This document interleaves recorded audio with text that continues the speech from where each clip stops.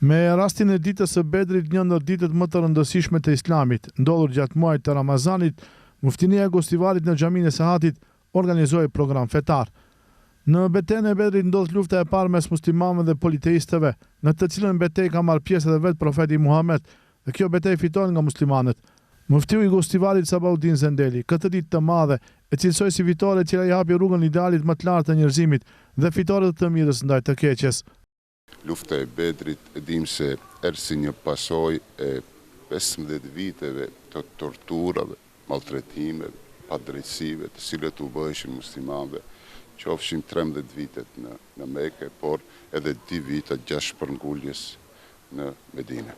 Pra, viti i dytë i hijretit, pasi pejgamberi alayhis salam shpërngul me besimtarët në Medinë, kuptohet se krijoi edhe bërthamën e parë apo të një shoqërie, të një qytet-shteti që për bazë do të ketë drejtësinë, do të aplikoj vlerat më të larta morale, sociale në atë vend, do të aplikoj dhe në praktikë do të jetë tregtia e cila për bazë do të ketë halalin dhe jo forma të tjera të përfitimit të asaj shoqërie.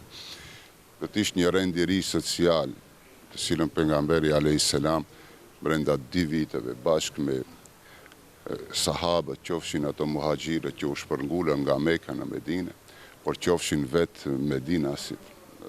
Pra, këto kuptohet sepse gjithë ky sukses, gjitha karta e Medinës apo vetë marrëveshja e Medinës të cilën pejgamberi alayhis salam e arriti, ishte muna se arriti unitetin vëllazërin mes muhaxhirëve dhe ensarëve. Ishte ajo pajtesa që gjitha fiset, qofshin ato jehude dhe fiset tjera të cilët ishin pjesë e Medinës të bëhen pjesë integrale të atij qytetit të cilën pejgamberi alayhis salam e krijoi, pra me gjitha vlerat, virtytat më të larta morale të cilat i posedojshin këta besimtarë. Mesazhet nga betejë e Bedrit janë të dobishme edhe në ditën e sodit, tha mëtej muftiu Zendeli.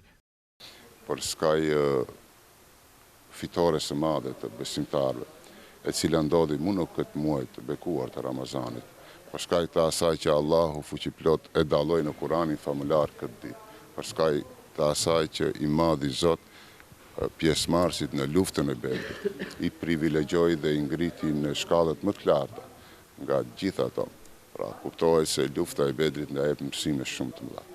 1. Derisa jemi në rrugë të Zotit dhe kemi besim paluhatshëm në të madhin Zot, Allahu xhaleshanuhu do të jap mbështetjen për besimtarët. E dyta, lufta e Bedrit na jep mësimin se gjithmonë duhet të bëhet përpjekja për të mbrojtur të drejtën, të mirën dhe të ngrisim vlerat në shkallë më të lartë brenda një shoqërie që jetojnë dhe veprojnë.